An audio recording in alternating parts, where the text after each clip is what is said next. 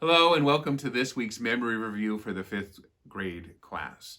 This week we look at the seventh and eighth commandment. The seventh commandment, you shall not steal. What does this mean?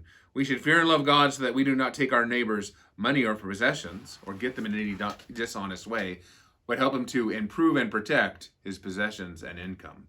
And note that IPPI there at the end there. It's helpful to remember it. The eighth commandment, you shall not give false testimony against your neighbor. What does this mean? We should fear and love God so that we do not tell lies about our neighbors, betray him, slander him, or hurt his reputation, but defend him, speak well of him, and explain everything in the kindest way.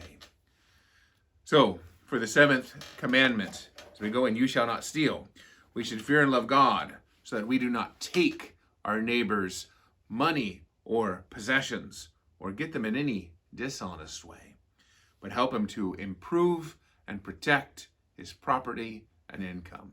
And again, I think if you enforce that IPPI, it really helps that last part to click. Otherwise, the words do tend to get a little jumbled there. The eighth commandment, you shall not give false testimony against your neighbor. What does this mean? We should fear and love God so that we do not tell lies about our neighbor, betray him, slander him, or hurt his reputation, but defend him, speak well of him, and explain everything in the kindest way.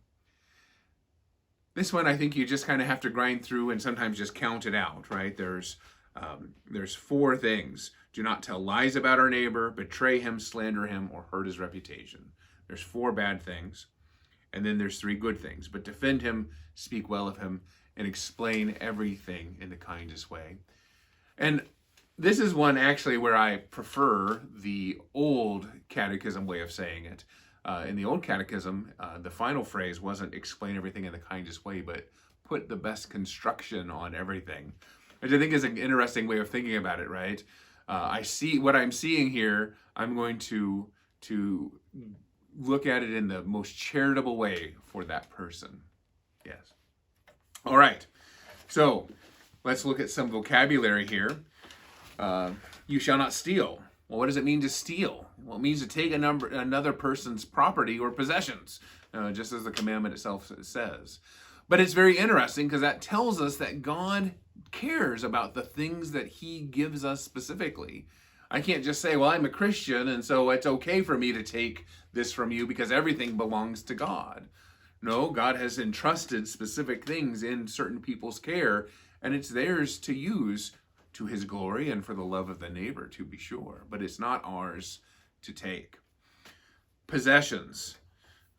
Possessions are, of course, the stuff we have, right? We have houses and cars. We have toys and books and music and video games, all kinds of things.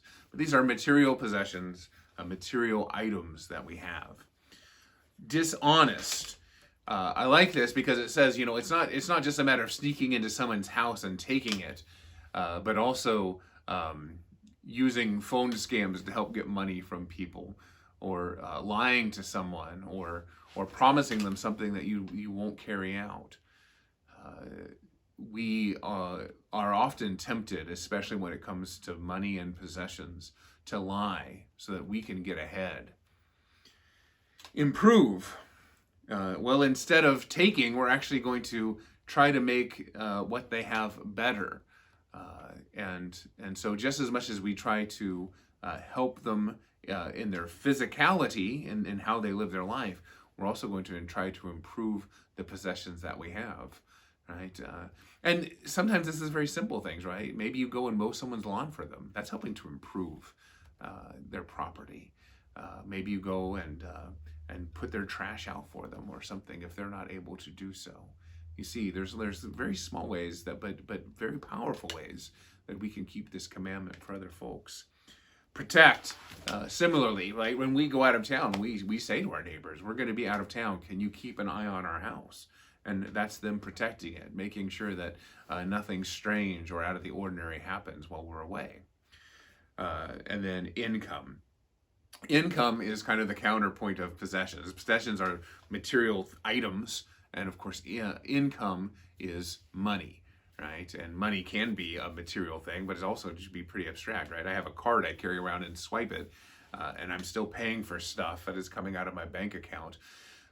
So you can have income without actually having physical money nowadays. It's such kind of a strange notion, really, when you think about it.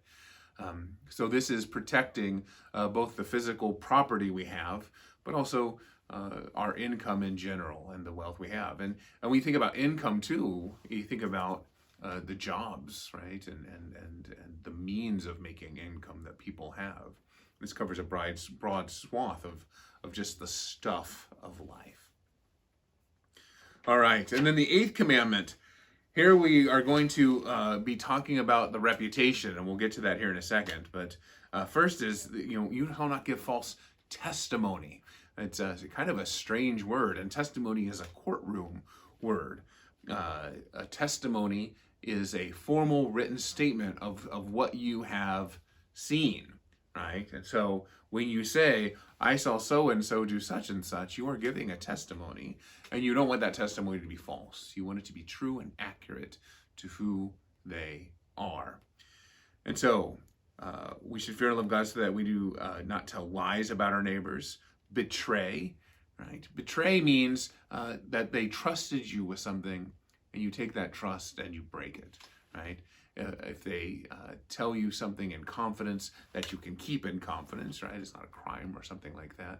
And then you go around and tell other folks about it. That's a betrayal, and that ought not to happen.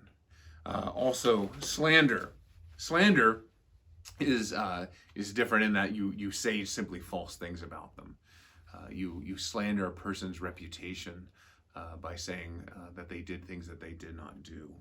And then reputation itself. Reputation is an important and powerful thing. We want our, in a way, just as the 2nd commandment protects God's name, this commandment protects our name. We don't want our name associated with bad things, especially bad things that we didn't do. And so our reputation is very important. Our good name is very important. And reputation is this picture of who we are. And we want that picture to be as accurate of other people as possible, even as we want that picture of who we are to be as accurate as possible as well.